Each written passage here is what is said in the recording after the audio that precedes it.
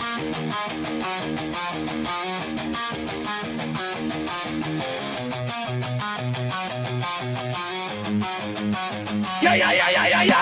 Wake up with coffee and sports. Sunrise glow, listen coast to coast. A flow like you know. Offensively, who made them? Oh, Patrick Mahomes. Sideline to sideline with plays to show. This network's got the spark. When you put up 300 yards rushing against someone, that you got your butt whooped. I feel like I would have liked to see Oregon Ohio State in the semis, not the quarters. So I think some reseeding is probably where I would change. But they're out of their mind. They're going to do this 3 quarterbacks in a row. Here's the crazy. I just can't take it. Birds keep flying high, fans cheering loud, and one podcast moving through the crowd. Needy boys brawling, no holds barred loud. This wire life never in doubt. Tune into the vibe. That's my bold prediction for the show. Devin Booker, in the next 3 years, he will be a Houston Rocket. Because I still think Seth is still at the top of his game. I do. I think he's right there. Who knows? Maybe. Not this year, but one time soon. Why wouldn't we potentially see Seth and Roman? You know what I mean? Tune in the vibe.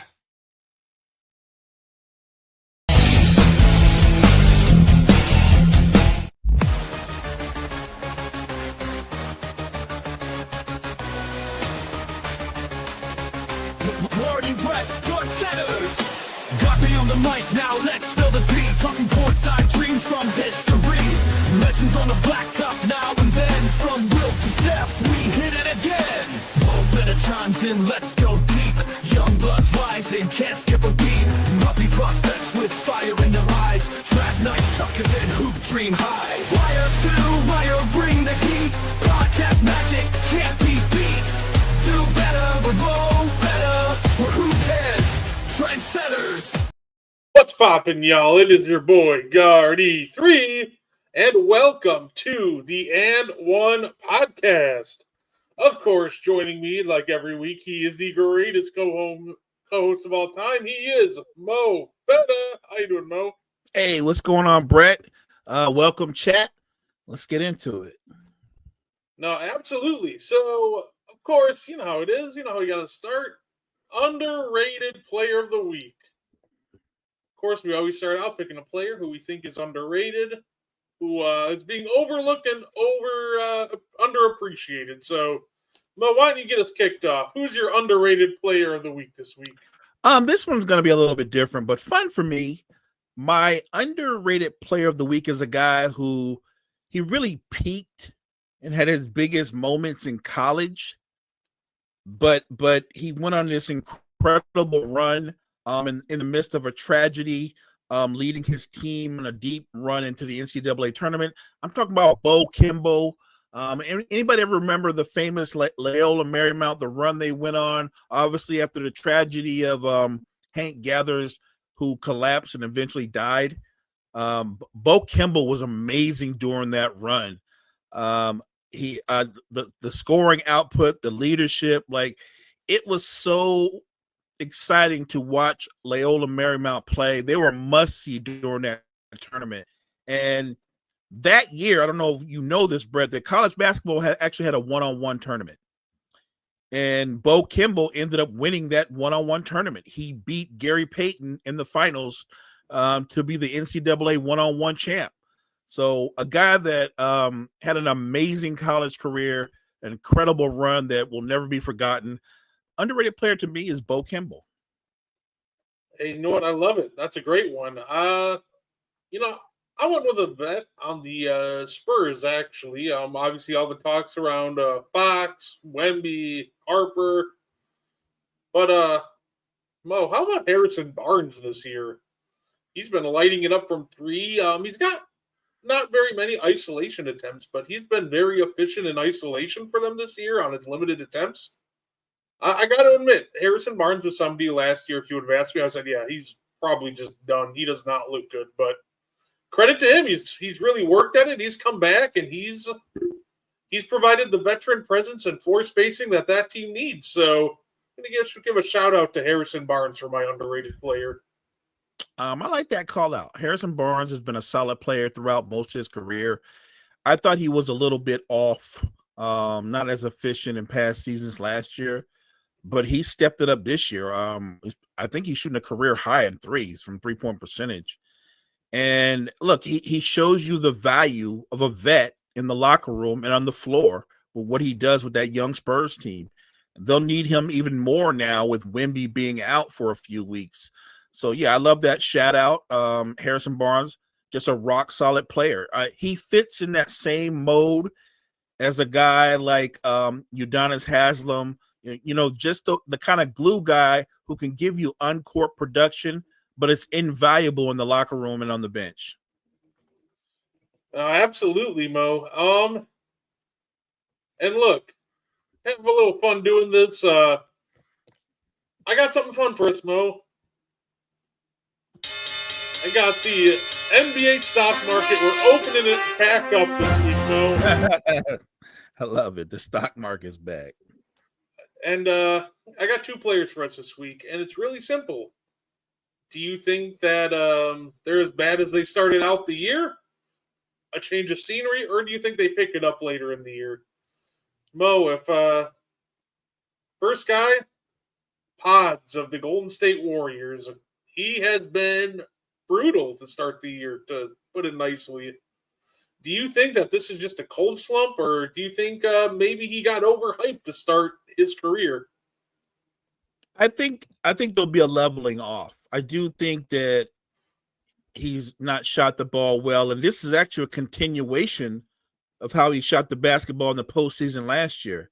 And maybe what it is what we saw earlier in his career, that first year, that year where he shot a high percentage from 3 was more of a mirage. And maybe he's a guy that needs to work the mid-range more and get more in attack mode and get to the basket more. I think Pods is still a really good basketball player, but I think it's clear he's not a pure shooter. He's a streak shooter at best.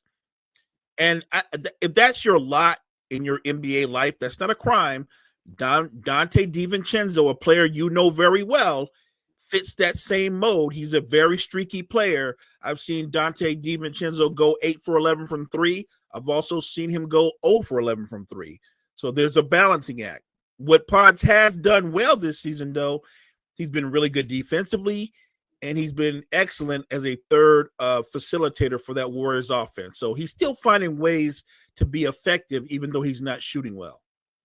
So, like I said, I think his stock's at about as lowest as you're going to get it this year. Are you buying in that stock, or? I am going to buy into that stock. I think he'll be better. I think when it's all said and done, he'll shoot better. He'll be more efficient. So I'm going to buy into the Pod stock. Hey, fair enough. Honestly, I am too. I don't think he's as bad as he's played. So, but there is somebody who I don't know. I might not be sold on him. The other guy I got for you, Mo, Tyus Jones. He has been very rough. Now, I'll give him credit. He just had his best game as a Magic a couple nights ago. Do you think that's a turning point for him, or do you think that maybe it's time to start looking at someone like Jace Richardson? Buy or sell Tyus Jones stock? I hope it's a turning point for him. But I feel like with Tyus Jones, along with his brother, some guys are just very, very good and effective in rotational roles. And they don't seem to find that same lane or that same effectiveness when they're starters or they get bigger minutes. So maybe what he needs is a shift in what grouping they put him with, and I think he'll get better. I will say this. Did I think he was going to be better with Orlando than he's ended up being? I did. I had high hopes. But if I were going to be honest, there's a few guys that on Orlando so far into the season that have been disappointments. One of them, obviously, is the guy that you and I talk about a lot, is Paolo Banchero. We thought Paolo would elevate into an MVP caliber player this season, and at least until this point, I know he's injured now, but even before he was injured, he was far from that. So no, I'll be honest. I'm going to sell on the Tyus Jones stock because I'm starting to think Orlando is just a place where point guards go to die. Yeah, and honestly, that's a guy I'm selling on too. even if the shooting comes around it, he's just such a bad defender, and he's just not good enough to really threaten you with anything offensively. Right. He's good on a team that has more structure and more set plays where he can just be a part of the offense. But in a team like Orlando, where it's a lot of just isolation and go get a bucket, where there's not a lot of structure, it's not good. That's just not his game. So maybe Tyus can, hit free agency next year or get a trade midseason and bounce back a little bit. But in Orlando, this has not been a good fit. And hey, why not see what you have in the rookie, Jace Richardson? I agree. I think at some point Jace Richardson should get more playing time. And yeah, I think you nailed it. Tyus Jones is really good when he can run an offense in a more traditional way as a point guard. He's not an improvisation type of player. He's not an ISO player. He's not the guy that you go clear out and he breaks you down off the dribble. He is we say this about quarterbacks in the NFL. I think he's a system point guard. And Orlando plays more of a free-willing ISO style of basketball that doesn't fit his skill set. So yes, I am selling on his stock. Well, fair enough. We got some fun news from around the league. We got the Sacramento Kings have an unfortunate injury. Domantas Sabonis is out. So it feels like a weird thing with the Kings where it's like Sabonis is out, but you're just like, all right, well, I hope he gets well soon. But at the same time, you're like, how much did it really hurt their season? Because it's not like they're really going anywhere anyway. In fact, the injury to Sabonis might help them because this is a team that desperately needs blue chip prospects and really just tank and get a high pick at this point. Look, I agree. And this is no shade against Domantas Sabonis. He's a terrific basketball player, and he's clearly their best player. But him being injured, and by the way, I hope he comes back healthy 100%, but they need draft capital, and they need their next franchise player, if you will. This is a team that when you look at the way the roster is constructed, there is no vision there. I don't know what they're doing. Like Dennis Schroeder, Russ, and look, Russ has played well. I think we both agreed, but they're kind of doing what the Clippers are doing. Schroeder's 32, 33. Russ is 36. DeMar's 35. Levine's 30. What's the plan? Apparently he said from light. He said pawn the beam. I went from light the beam to blow out the candle, but yeah, I'm with you. I'm with you. Yeah, it's not good. Currently the Sacramento Kings have 47 points at halftime. The Memphis Grizzlies have 44 points just from Zach Edey, Santi Aldama, and Jacques Landell alone. So not exactly a murder's row of bigs, and they've almost scored as many points as the Kings. So they'll be an interesting team. Obviously, we're going to see them. I pray that they're sellers at the deadline. That being said, Mo, apparently Anthony Davis is available. Do you want to take a guess which one of the teams are apparently in on him? Don't say the Lakers. Don't say he's going back. No. Oh, even better, Mo. Better than that? The Sacramento Kings. Of course. Why not? We you know what I mean? We got Russ, DeMar, Levine. Throw AD in there. Well, why not? I get it. AD, what is AD? 32, but his body's more like he's 35, 36. Why not? Look, I will say this. Should they pull off that move, does that mean that the Mavs are trading AD for draft capital, or are they trading him for Sabonis, who's a younger, maybe a better fit? I mean, to me, the Mavs should be making moves that help and benefit the development of Cooper Flagg, right? You should be making those types of moves. So I don't need back an older player. I actually need back the draft capital. I don't really need, like, Sabonis isn't old, but he's got to be like 28 or 29, so he's not a kid. I look, Anthony Davis being up for grabs as far as being on the block for being traded isn't a shock to me. Like I said, once Nico was fired, that opened the floodgates for the new GM and the new regime to kind of mold the team the way they want to mold it. The smart move would be to make moves for the future to help Cooper Flag. I get that the Kings would be in on it. If I'm the Mavs, I have to assume that you can get a better return on moving Anthony Davis than what Sacramento's probably offering. Unless they're offering their picks, which, by the way, if you're Sacramento, you can't afford to offer your picks. You really can't, because and I know, Brett, no top free agent is going to Sacramento of their own free will. The only way they get better is through the draft. Yeah, no, absolutely. And look, this year is a desperate year that they desperately need to tank. And I'm not even kidding. Normally, I'm like, yeah, try to compete, be competitive. But no, this year Dallas just has to go all in on a tank, because this is the last year in the next 5 years they actually have their first. And I'm not even kidding on that, by the way. 2027, picks going to Charlotte. 2028, guess who? The Oklahoma City has the right to swap the pick. 2029, Houston has their pick. Say 2030, the Spurs have their first. They don't have another first until 2031. So it's one of those things where, okay, let me rephrase that. They don't have their first. They're going to have late contenders first. But yeah, it's one of those things that if you're the Mavs, you just kind of have to go all in on tanking. There really isn't another option for you this year, because if you're a play-in team and you get the 15th pick this year, I don't know how you rebuild at that point, because rebuilding using pick 22 in the draft every year at a minimum is just brutal. Yeah, so you bring up a great point. Because they don't have their picks, or at least they're not going to be able to get a lottery pick except for the pick they have now. And I know a lot of fans out there, including in the chat, probably hate the word tank, and I understand that. So let me rephrase that, because I think the Mavericks are bad enough that they can tank honestly. You know what I mean? Like they don't have to say we're tanking. They can just go out there and do what they've been doing, and they'll lose honestly. You feel me? Like, they're just not a good team. And if you want to make that even better or improve your odds, you trade Anthony Davis, because he's not part of your future.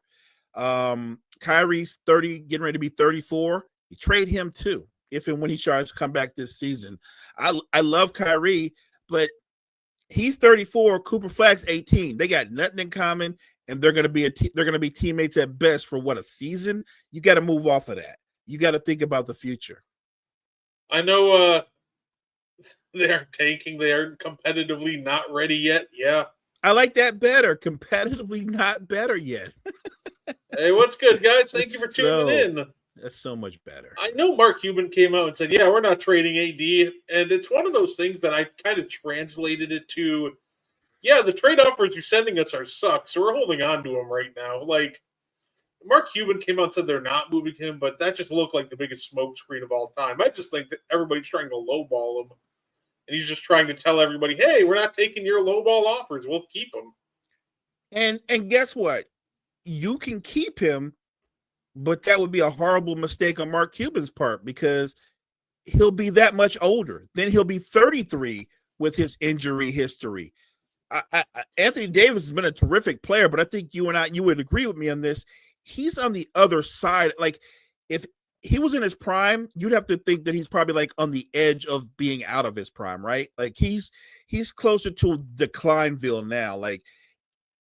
If Anthony Davis was going to go somewhere and you said he can help us win a title, it would be in the role of a second or third option. You know what I mean? Probably a third option at this point. So I think Mark Cuban's trying to play a game of chicken with the other NBA GMs. The problem is all the other NBA GMs, you can openly see what's going on in Dallas. Of course we're going to lowball you. That would be crazy not to. Yeah, but you know what? They could, Kyle, but I think the Lakers are hanging up the phone. Be like, huh? No. No, we're not. We're not giving Luca back. But I'll tell you what, Kyle. I mean, because I think this is still a good deal for the Mavs. I'd be looking to trade LeBron for AD and a couple other guys. I think a realistic time for the Anthony Davis trade. I don't think it happens anytime before like January. Here's the thing. Obviously, December 15th is the day that all the contracts from free agency are able to be traded away. Right. I do think it would be foolish to trade them before all of those at least get lifted because, well, obviously, once those restrictions are off, then you have more options. So LeBron can go back to Kyrie Fair. Right. You can put the band back together. See, Kyle feels me. Exactly. Hey, get Kevin Love on the cheap. Yes. Why not? He's not doing anything in Utah. Yeah, but it feels like that. I would wait if I were Cuban. I think it's the right call for now, but I think December 15th, you definitely start looking really hard around the league. You got to wait for those free agent restrictions to go up, but I do not expect Anthony Davis to be a Dallas Maverick by the end of the year. I agree. And also, look, when you're moving a piece that big, you might need a third team because I think it's going to be one of those kind of moves or kind of deals where multiple bodies are going to get moved. So it's probably going to end up being, when it happens, a 3-team trade. No, absolutely. And of course, Mo, who's everybody tanking for? Well, I'm here to talk about at least one of the prospects. That's right. We're bringing back puppy prospects because it is my King Charles Cavalier Peanut's birthday today. Happy birthday, Peanut. Oh, yeah. So I figure, he's passed out behind me. I can hear him snoring. But what better way to just kind of bring back puppy prospects than to celebrate Peanut's birthday? The guy I'm kind of taking a peek at, Darren Peterson. We're only 2 games in, granted, so I'll update all this. Take it with a grain of salt with the stats so far. But that being said, we're talking about a freshman from Kansas. Consensus right now, a lot of people have him going number 1, but no lower than number 2. Just a shooting guard, point guard combo, but I'd put him more as a point guard.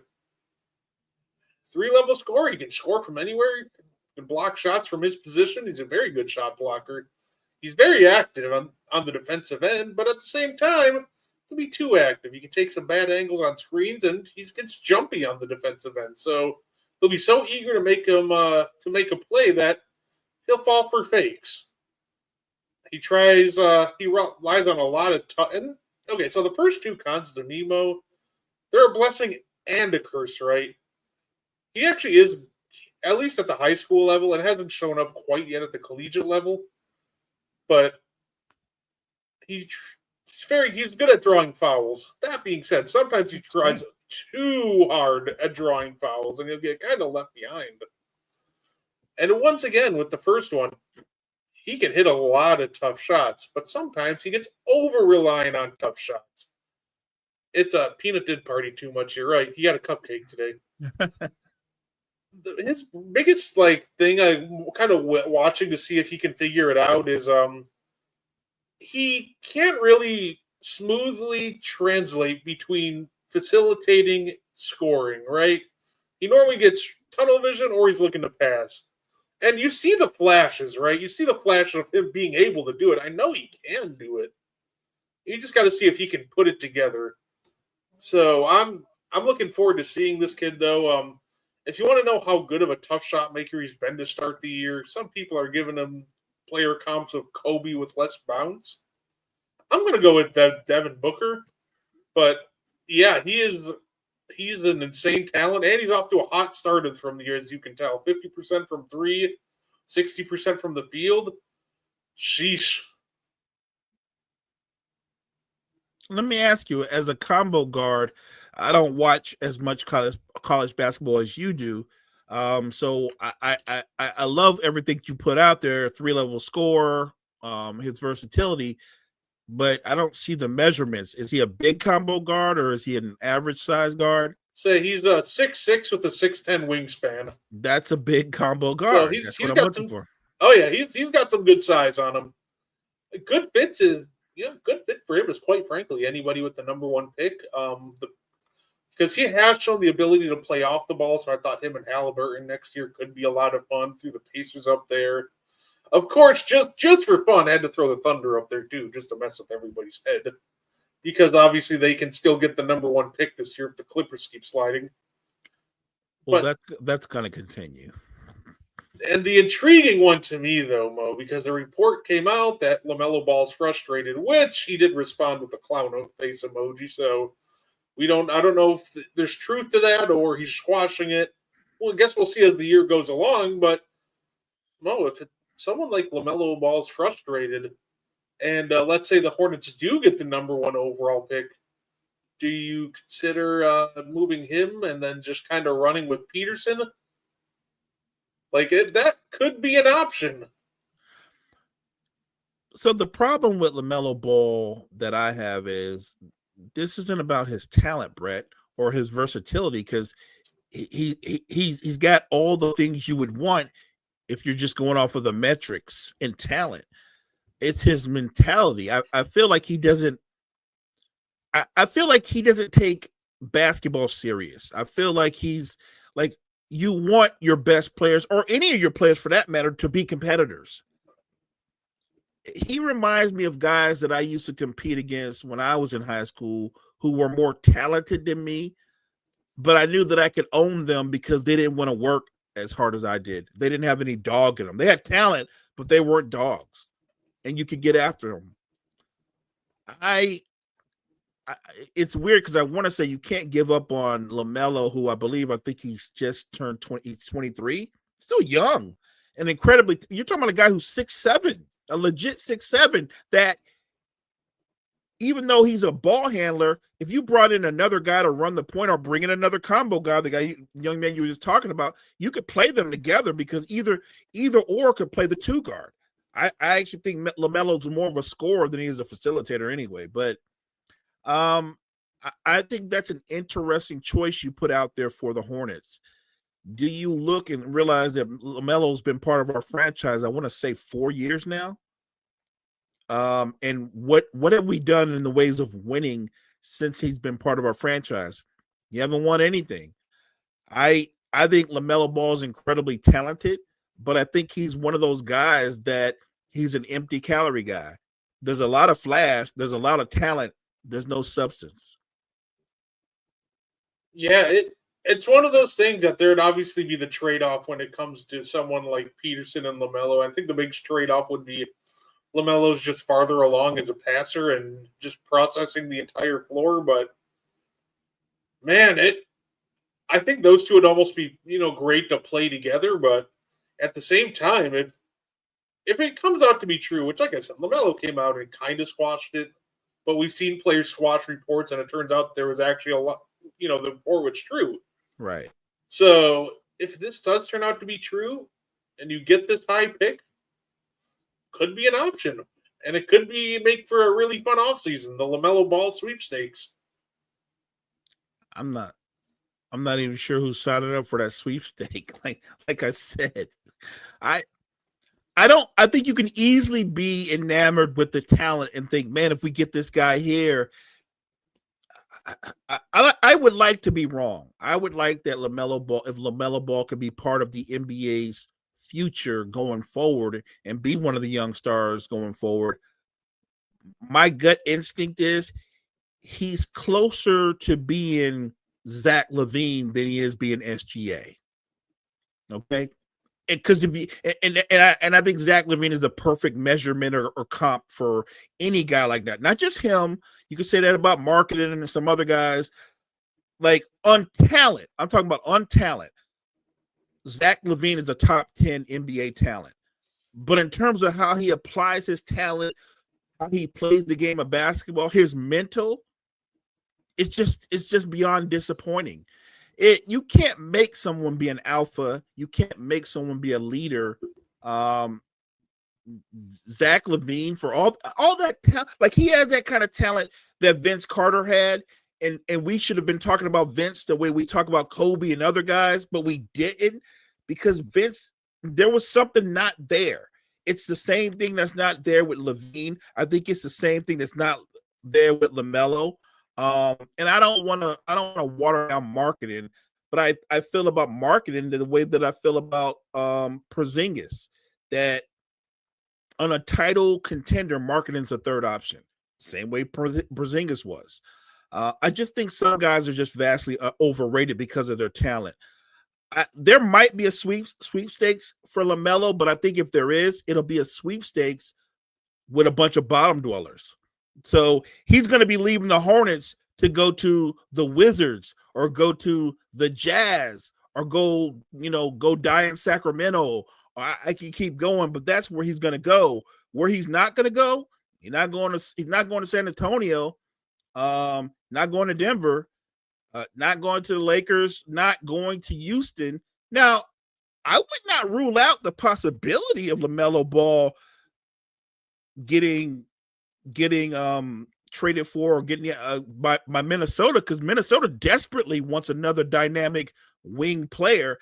I don't know if him and Ant would get along, because I think Ant is really serious and really focused on winning, and I don't know if that I don't know if their personalities would gel, because I think they're both on different timetables and their mental is completely off. Again, anybody that wants to tell me how talented LaMelo is, I'm here for it. I'm not even telling you that he can't still end up being an elite player. I'm just telling you that if I were a GM, I wouldn't sign up for that show. I feel like some like contending teams or close to him would attempt to, the good old fashioned I can fix them. Hey, is shot selection bad? I can fix it. And it almost feels like it'll end up like a slightly like worse version of the Bucks trading for Dame, where it's like, all right, well, we have a guard, doesn't like to defend, but he can, get hot and be a microwave scorer for us. I think it can work is kind of my point, but at the same time, I just don't know how much I'd be realistically willing to give up. I'd be willing to give up some, picks.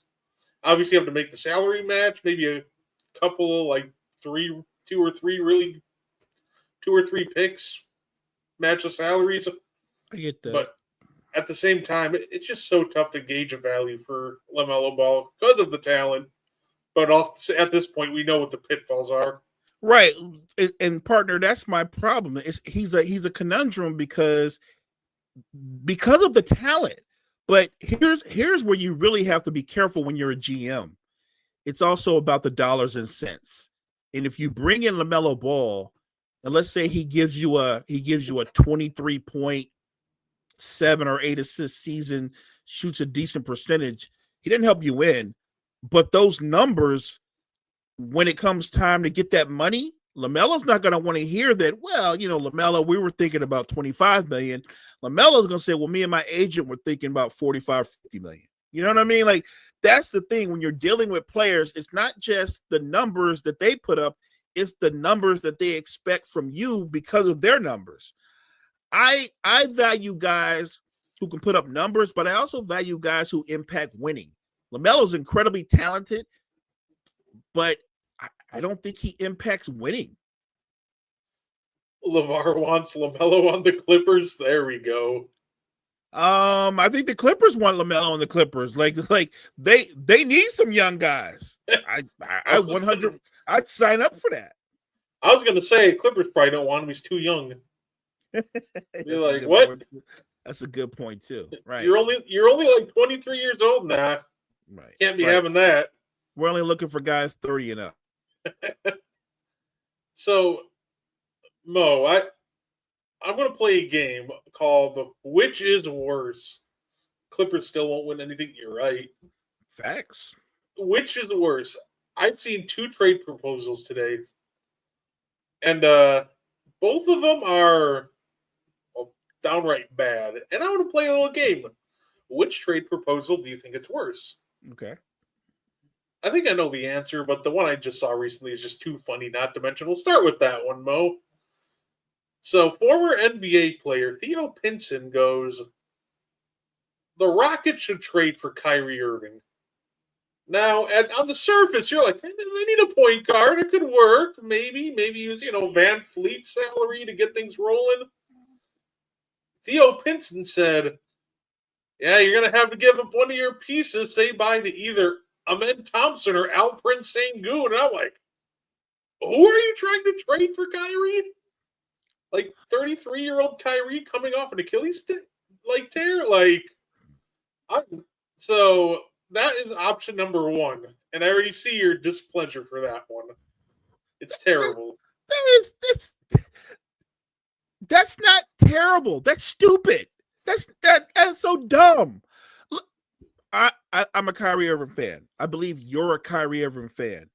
Houston's not going to trade their franchise center and their wing, who's going to be one of the dominant wings going forward for the next 10 years, for a 34-year-old point guard coming off a serious knee injury, which will greatly affect how he plays basketball. One of Kyrie's superpowers is his quickness and ability to change directions. You don't think that surgery impacts that? And this isn't Kyrie having that surgery at 27 or 28. He is 33 years old, man, and he's closer to 34.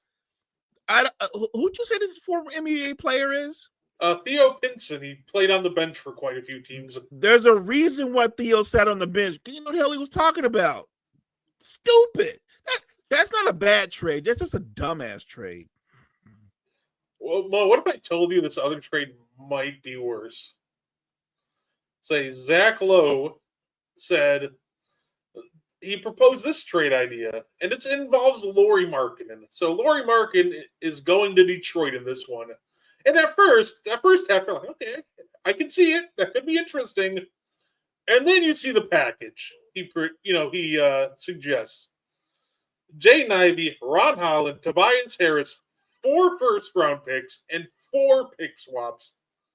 So you're sending 2 young prospects, Tobias Harris, and 8 picks over to Utah for Lauri Markkanen, which to me is also just absurd. And who came up with this dumbness? Zach Lowe. I think Zach Lowe's drinking. That don't make any sense. First of all, Lauri Markkanen, I know it seems like he's like 23 or 24. He's 28. He's been in the league like 8 or 9 years. He's been on 3 different teams. He's a good basketball player. But when you look at the numbers that he put, by the way, shout out to the Jazz because they've actually been surprisingly competitive this year. That's not primarily because of marketing. It's primarily because their young point guard, that kid is an absolute monster. But I digress. My point is, why would you pay a king's ransom for a player who made 1 All-Star team in his entire career?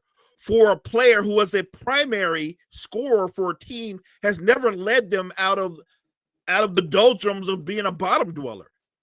Lauri Markkanen is really good at being a big fish in a little pond. I don't get me wrong. Do I think he could help Cade out in Detroit? I do, as a sidekick, as a 2, maybe even a 3. And I can see giving up Jaden Ivey for him and maybe a couple of other bodies. But you said, did you say 4 number 1s? Yep. And then 4 swaps. Yeah, you get that when you're trading for Porzingis. You probably get not Porzingis, but when you're trading for Joker, when you're trading for Giannis, probably when you're trading for Luka, unless you're Nico, because you don't know what the hell he's doing. But not for Lauri Markkanen. You look, very good player. I'll simplify. Is Lauri Markkanen one of the 10 best players in basketball? No. The answer is no. He's not one of the 10 best players in basketball. Why in the hell would Detroit make a dumbass trade like that? It's so bizarre. And it's funny because I saw a 3rd trade, but it to me, I'm like, all right, that's just, it was like, I forgot who suggested this one. They're like, oh, well, they should trade, the Heat should trade Tyler Hero to build around Norman Powell. And then they suggested trading him to Milwaukee for Bobby Portis. And I immediately went, you should do that. I agree. I know you'd be down for that trade. See, that's another good example. I like Norman Powell. He's a really good player, instant offense type of guy. correct me if I'm wrong, though. I believe Norman Powell's 30 or 31, and Tyler Hero's 25, maybe 26, and pretty much can do what Norman Powell does, and he's probably a full 6 or 7 years younger. Like, what is the logic in that? You don't build. Look, first of all, you don't build around Norman Powell. All right, you like respectfully, because I'm a Norman Powell fan, but you don't build around him the same way. I'm a Malik Monk fan, but you don't build around Malik Monk. I'm sure Celtics fans love Peyton Pritchard, but they don't say dumb stuff like we need to build around Peyton Pritchard. You know what the guy is, and you know what they bring to the table. That is another. Do we have any trade suggestions that are realistic and make sense? Because so far you're killing me. As of right now, nothing that I've seen. Nothing good that I've seen. These trades, by the way, they're from real people, but anybody with common sense knows these are 2K trades. These are the kind of trades you try to get away with on 2K. And guess what? Now, because as time has passed, even the AI is going to be like, no way in hell. They're not doing that. Oh, absolutely. It looks like we're going to get a 40 piece from Tyrese Maxey tonight. He's at 32 at the end of the third. But look at that, my Bucks are still up 4. Ryan Rollins and friends are, winning with the power of friendship. Apparently, Power of friendship. I like that. Power of positive thinking, man. Look, I feel like this. While Giannis is out, this is the perfect example for some of the younger guys to get more playing time, get more acclimated to what they're doing.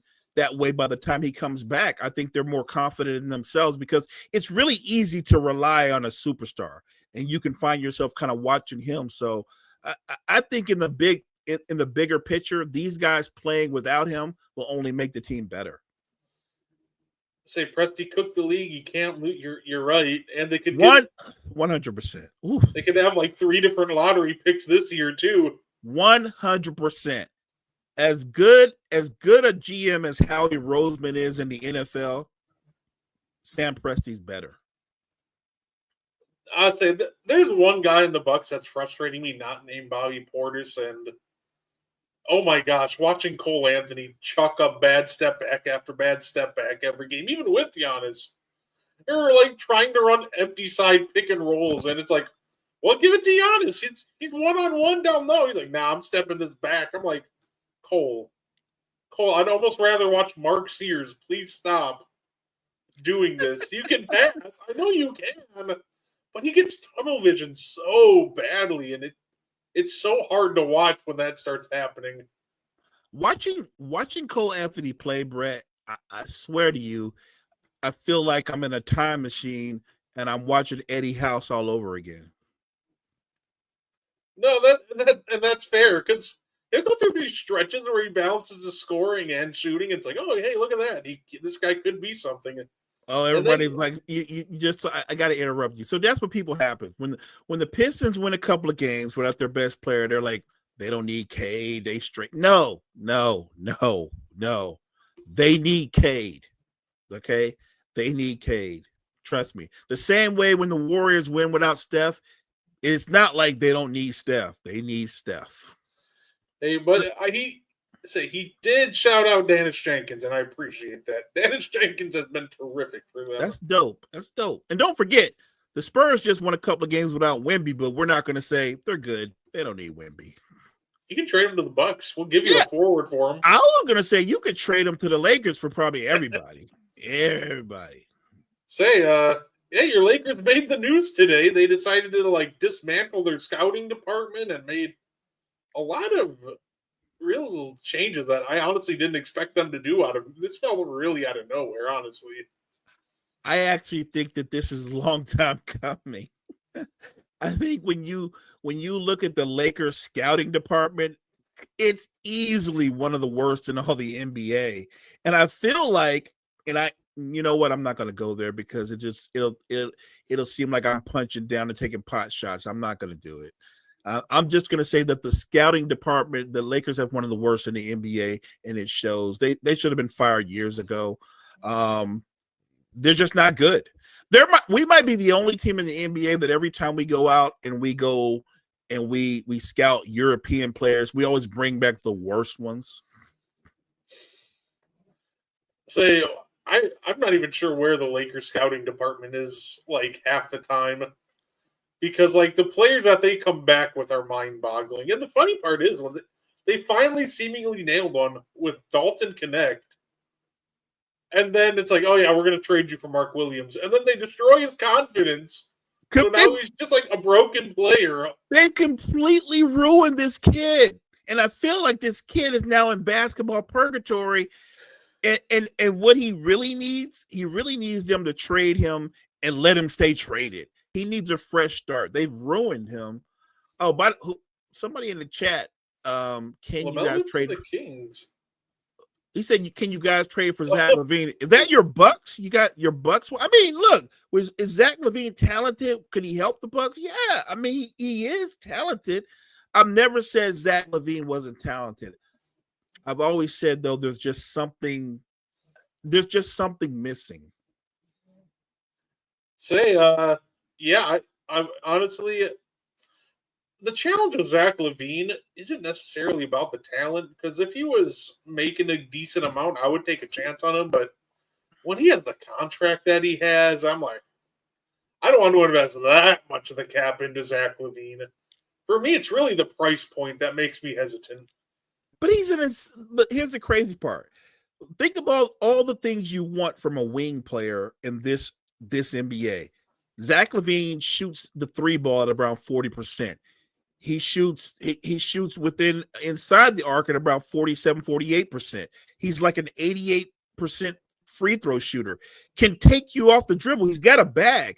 The guy he leaps in the air. He's still got incredible leaping ability and quick. Like, what's not to like about his skill set? There's nothing not to like about his skill set, and yet I would pump the brakes on bringing Zach LaVine to my team.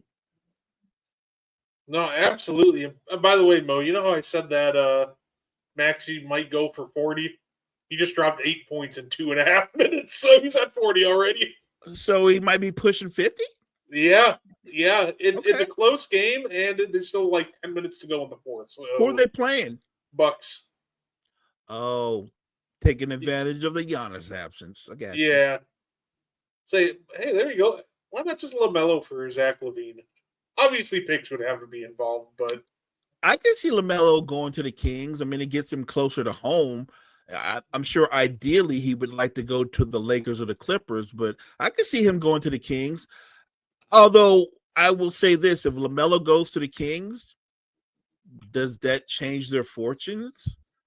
I'm just saying, because you're going to have to give me more than LaMelo on the Kings, because if it's just him and a bunch of dudes, you're just looking at the usual, another year in the lottery. I at least think that'd give them a young piece to possibly at least try to build around, which is one more piece than they have right now.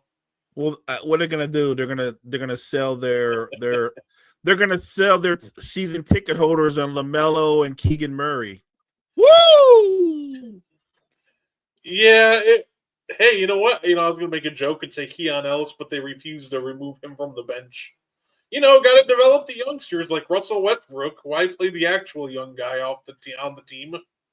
No, you know what?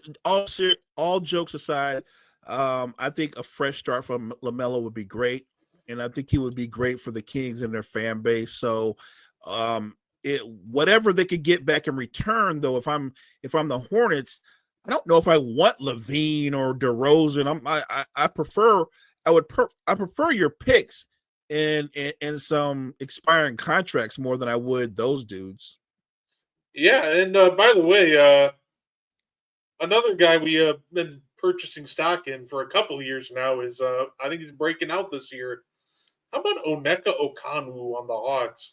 Yes, I'm glad you brought that up. I love it.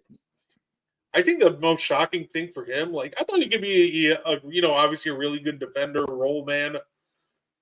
Where did this 3-point jump come from? Like tonight, he's 3 of 5 from 3. The Hawks have just come back from 19 against the Spurs, and now it's a 1-point game.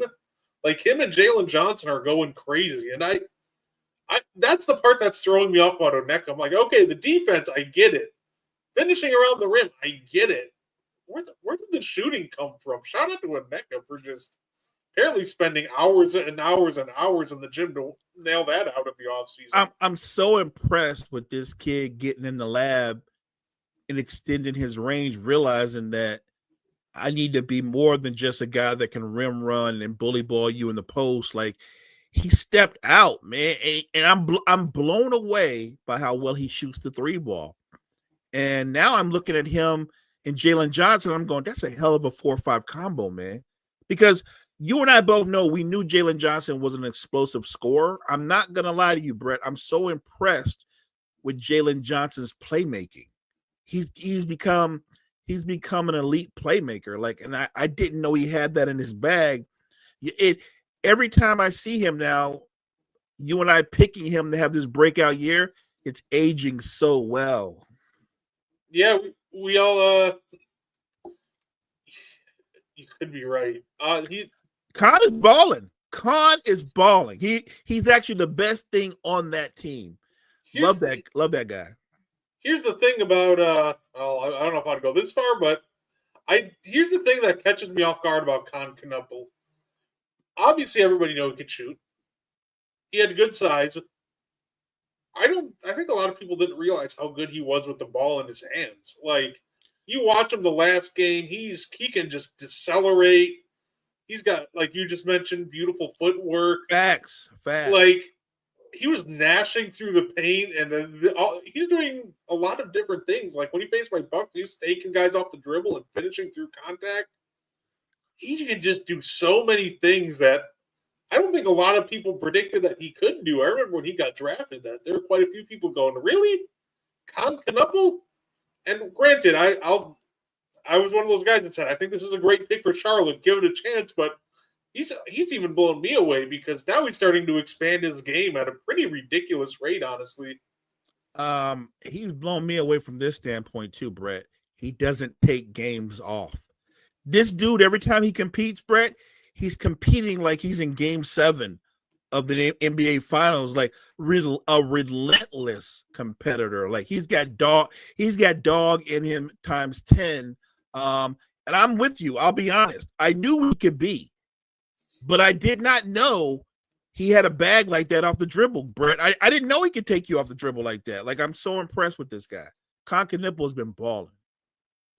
Yeah, and another shot I want to give, by the way, from Atlanta, especially these last 3 games. Trae Young's out. You wonder where they're going to get offense from.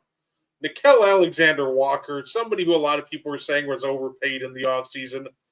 26 2 games ago, 24 the last game, and he's up to 26 again on 9 of 13 shooting against the Spurs right now.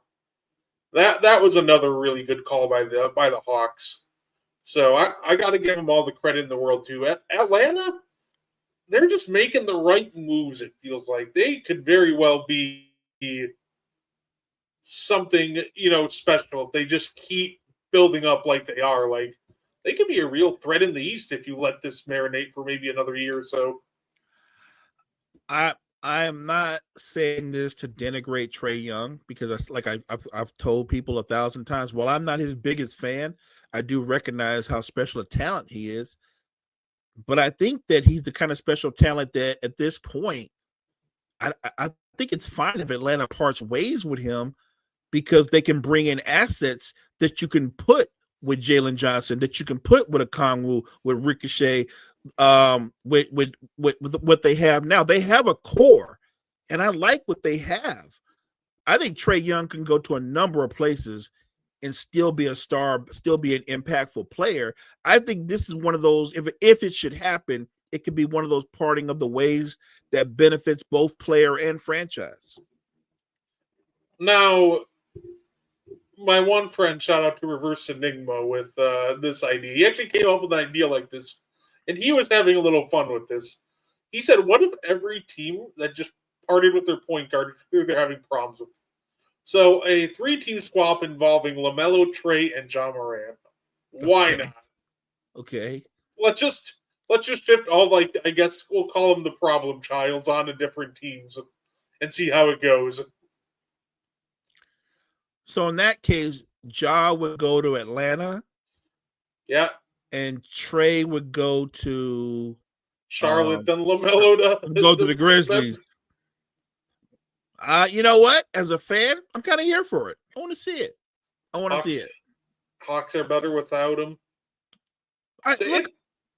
Again, we're talking about an all NBA point guard who can drop 20 and give you 11 dimes. As an offensive talent, he has not been a disappointment. Now, sometimes he can be a little inefficient. I just think that with Jalen Johnson and the surrounding cast they have right now, they play differently because everybody else gets more involved. That's all I'm saying. Like, if Trae Young was there right now, I don't think we'd see Okongwu get the opportunity that he's getting to shoot the three ball. I like, as good as Trae is at setting guys up, he's also a very ball dominant player. And without Trae Young, the ball moves a lot more. And here's the thing, right? The challenge with this idea of moving on from Trae Young, and here's where it starts to get a little shaky, right? That means you're buying into the health of Jalen Johnson. Jalen Johnson has missed significant time for like the last 2 seasons. He's on a good run now, and me and Mo have said we're big fans and we think he could be an all-star caliber player.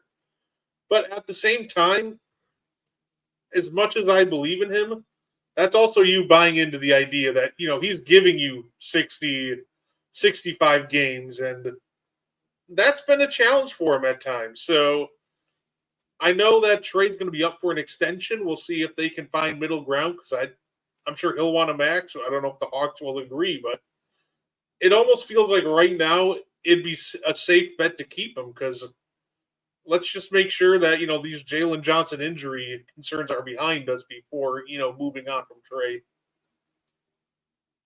Because they don't really have any viable ball handling or playmaking outside of those two. You're not putting the ball in the hands of Dyson Daniels. Like, no. Nickel Alexander Walker could give you a little something. A little bit. That's not his strength. He's more of a finisher than he's more of a scorer than a playmaker. But I hear where you're coming from. I guess my only pushback would be is that, look, you can't guarantee anybody's health. I mean, we are having a conversation about Trae Young while he's currently out for health reasons. That's going to be on the table for anybody. Look, everybody's got this big vision of Wemby being the face of the league for the next 15 years. I hope they're right. I'm a Wemby fan. But what we can't predict is he going to be healthy or not? Wemby might live up to our expectations in terms of his talent when he plays, but he could turn out to be one of those what-if guys that plays 45 games a year. Like, there's no way you could know. So I feel if you're going to pull the trigger on a Trae Young, pull the trigger. The health thing is going to be there all the time. It's like I said, Wemby's got issues. People wonder about his health. There's a lot of young stars out there for whatever reason that struggle with health. Jalen Johnson may be one of those, or maybe he's on the other side of it. I don't know, but I wouldn't let that make me push the pause button if I thought that I could get assets back that could help the Hawks right now. Like, you're not going to get star for star if you trade Trae Young, right? I mean, I know that proposition about the 3 stars being traded, that's not going to happen. But if you trade Trae Young, could you get back pieces that could make the Hawks that much better, and they're younger than him? Absolutely. Why not? I think the biggest thing, though, that makes me think a Trae Young trade might happen if they can't come to a contract extension is you might be able to get a secondary playmaker. And obviously what I mean by that is you do have the Pelicans pick in the draft this year, upcoming draft, and they are awful. So if they continue this run of just awful basketball, you could just very well end up like sleepwalking into a top 3 or a top 5 pick in the draft. So I think it's very possible.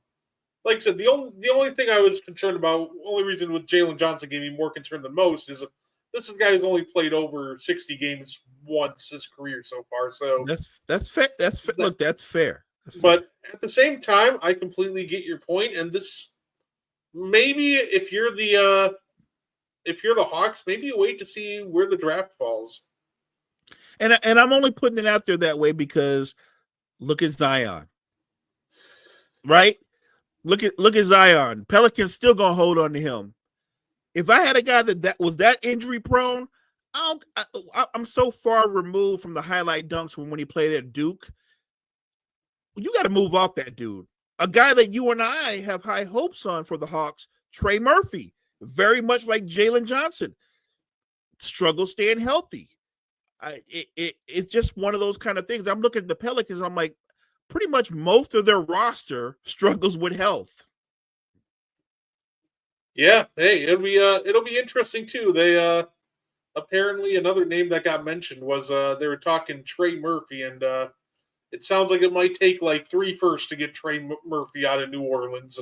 3? Wow.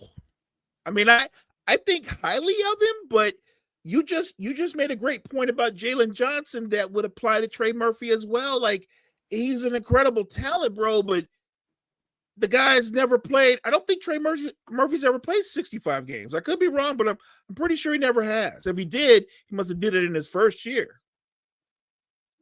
It's one of those things where I think the Desmond Bane trade really threw off the value of a lot of these guys. But I think what a lot of people fail to realize with the Desmond Bane trade, for example, is, well, I know you guys agree, but yeah, one of the things with the Desmond Bane trade is a lot of people don't realize that, guess what?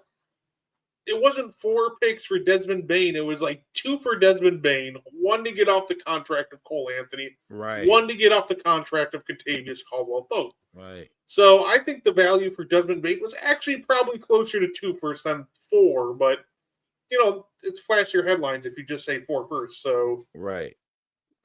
I think that people are looking at that though and just kind of overinflating some of these guys. I think that's kind of what's going on. They have to be like you said. They want 3 number 1s for Trey Murphy, and I like Trey Murphy, but that is a lot. I'm not gonna get over the Utah one. I can't even remember all of it except that there were 4 number 1s, pick swaps, and they wanted players like for marketing, as if when we say, Mo, give me the best players in the NBA, I'm going to say Joker, Giannis, marketing, Luke. No, marketing's not in that conversation. He's a good basketball player, a very good basketball player. He's not one of those guys. If you're not one of the 10 best players in basketball, nobody should be offering up 3, 4 number 1 picks for you. You're not that guy. And look, I hate to sound like a hater. I'm not being a hater, but I'm being honest. He's 28 years old. He's never going to be that guy. Yeah, I completely agree. To me, that it was just an absurd trade from the jump. Was that the Zach Lowe one, or was that other crazy one? That was the Zach Lowe one. It was 4 firsts, 4 pick swaps, along with Jay Ivey, Ron Holland, and Tobias Harris. I have to believe that somewhere we'll find out down the road that Zach Lowe is actually related to marketing. maybe through marriage or something. You don't know what he's talking about. I say also, it's somebody I want to shout out tonight who's playing well. Of course, got to shout out my guy Ryan Rollins. Big reason the Bucks are in this game right now. He's going for 24 and 12 right now. It's fun to watch. Somebody said something crazy. I thought it was crazy. But you're more balanced than I am on some of these things. They were saying if they had a choice, the Knicks would trade, if they could, they would trade Jalen Brunson for Donovan Mitchell. And I said, no, they wouldn't. No, they wouldn't. I'm a fan of both players. And you can give me everything that makes Donovan Mitchell special, which we can start with the quickness, the athleticism, the explosiveness, all that. And Jalen Brunson is still a better basketball player. The beauty of Jalen Brunson is there's a mental toughness there in clutch moments that I haven't always seen from Donovan Mitchell, but I've seen it from Jalen Brunson. He's not the athlete that Mitchell is, obviously, but that doesn't determine who the better player is. Jalen Brunson is the better basketball player. I think, what's funny? I think the big reason why you don't make that trade to start off really is contracts. Like Jalen Brunson took a massive discount. He's like arguably on the best deal in the NBA right now for a reason. He did give him a hometown discount. Facts. So you don't give away that, right? Donovan Mitchell is talented, and I fully believe in him. I think Donovan Mitchell can be the best offensive player on a championship team. Keyword on offensive. I don't think he'd be the best player, but I do think he's talented enough offensively to be that guy. But I like the way you said that, because wouldn't that apply to Brunson too? Yeah, they're in the same boat in that regard to me. Yeah.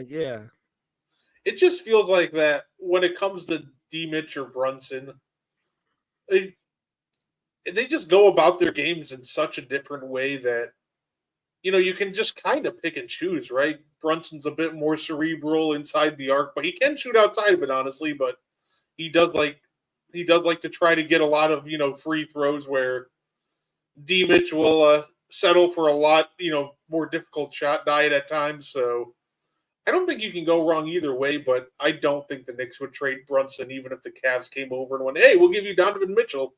Even if it's just based on the contract alone, even if you think that Mitchell is better than, Brunson, which I guess it depends. That seems to flip year to year. I don't think there's that big of a difference where you give up what is the best contract in the NBA, arguably, for him.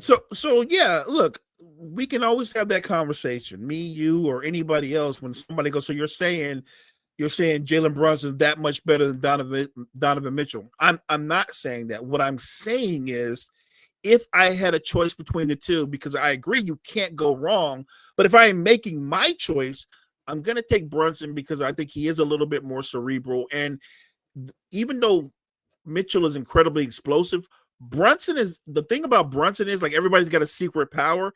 His superpower is he seeks out contact. He actually seeks out contact and plays better through contact, even though Mitchell is more of a freakish athlete.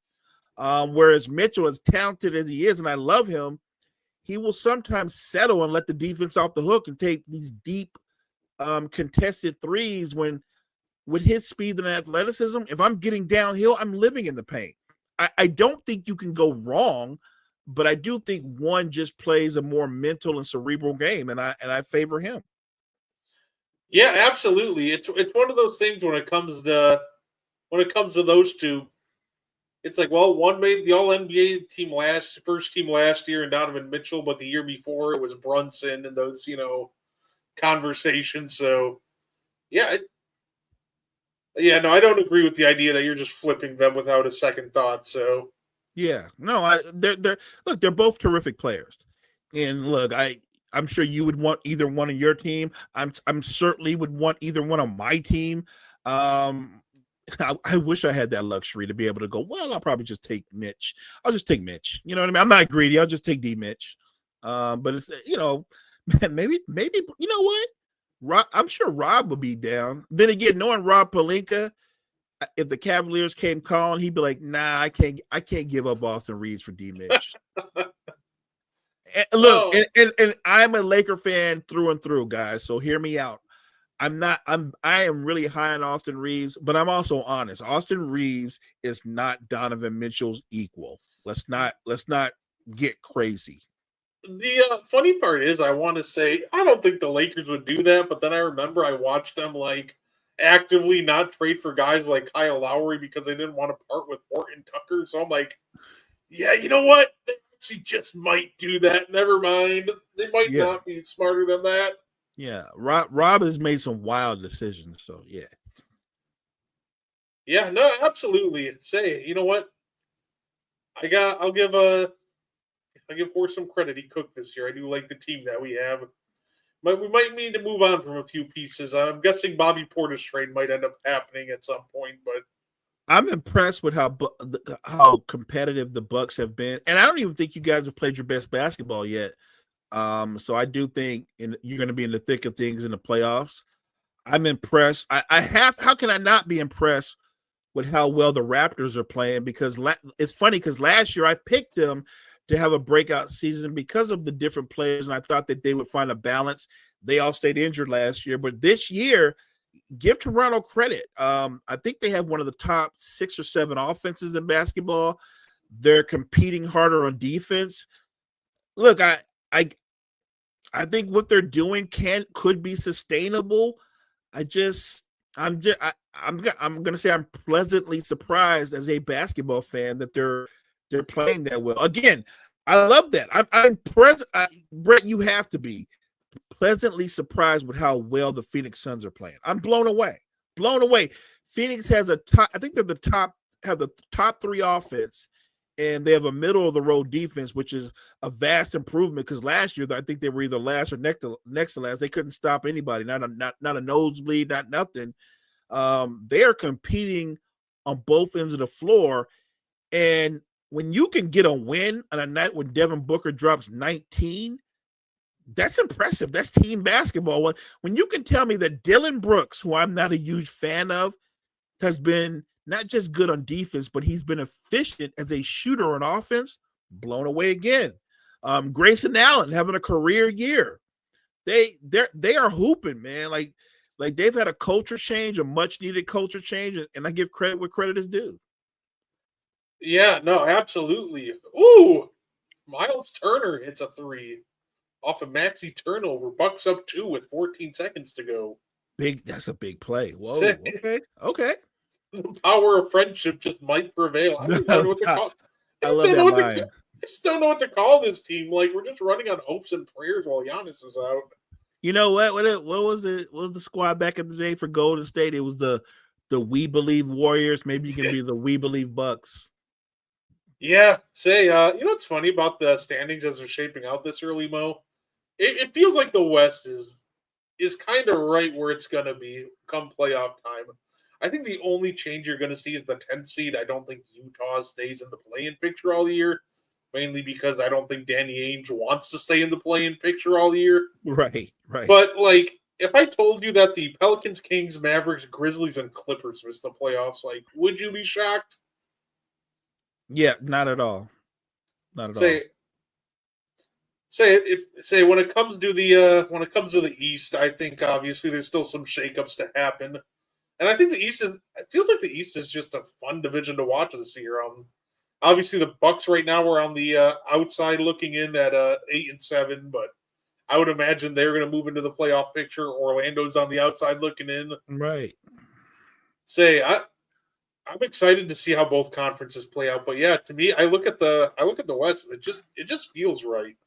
Right. So don't get me wrong. Look, we're both basketball junkies, but I think the West, barring major injuries, they're pretty much set. Like the usual suspects are going to be there. I think the East is more compelling because I'm not certain. Like even the teams at the top of the East, look who's at the top of the East right now. Detroit, the Raptors. Is that going to hold up? Are we gonna say 45, 50 games into the season, Detroit and the Raptors are 1-2 in the East?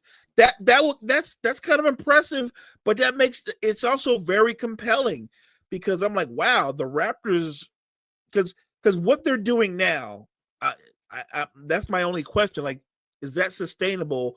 Is Toronto going to be there another 25, 30 games from now? Like they could be. And I think it's good for the league when they're good. I think it is. Detroit's doing it because they play high-level defense. And look, Cade is the guy, but Jalen Duren has had a huge leap in his development on both ends of the floor. I didn't know Jalen Duren was that good a ball handler. Like, this guy is leading the breaks at times and playmaking, like, and he's hitting jump shots. Like, Jalen Duren's development, that's a big reason why Detroit's as good as they are. Jalen Duren's development. It's funny. At first, it felt like it's just how they were guarding Cade because they started picking him up at half and gave Duren a lot of runway to work with. But now Cade's going off the court and he can legitimately carry them for stretches.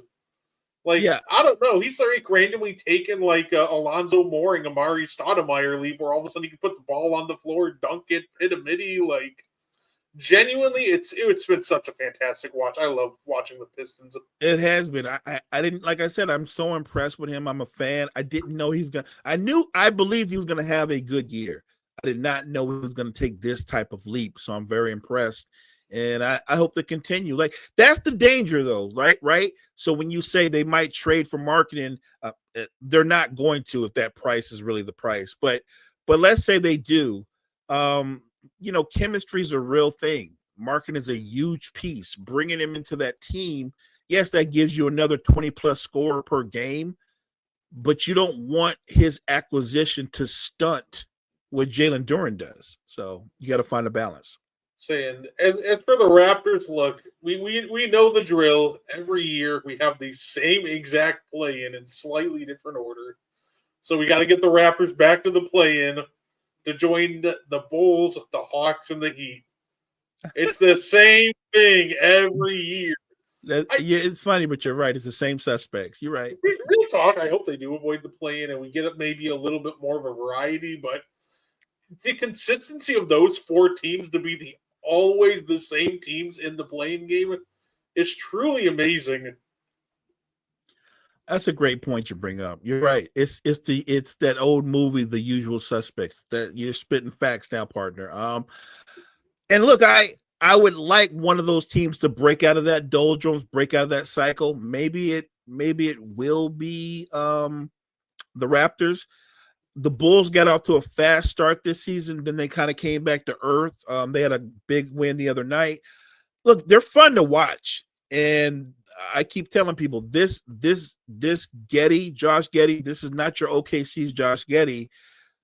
That said, I don't think Josh Getty, I think he can be one of your two best players. He can be one of your two primaries. He needs more. He needs another guy that's a consistent scorer. He's scoring more, but I don't think he's a natural scorer. I think Josh Getty's default is to pass the basketball, to facilitate. No, absolutely. But hey, that being said, Mo, that's all I had for us tonight. Anything you want to add before we get up on out of here? It always goes fast when you and me talk hoops. So thank you, partner, for being the guy that you are, doing what you do. Thank you, chat. Appreciate you guys for joining us tonight. Make sure you guys come back next Thursday and spend some more time with us. Appreciate you guys so much. Yeah, absolutely. You can catch us next Thursday on the And One podcast. I'll double check and make sure before I announce anything because for Meaty Boys, because I did put an offer next Saturday. Hopefully get off for Survivor Series, but I'll let y'all know. But I'm for sure off next Thursday, Thanksgiving. Oh yeah, it'll be a great day for everybody. So that being said, I hope you enjoy the rest of your week, and we will see you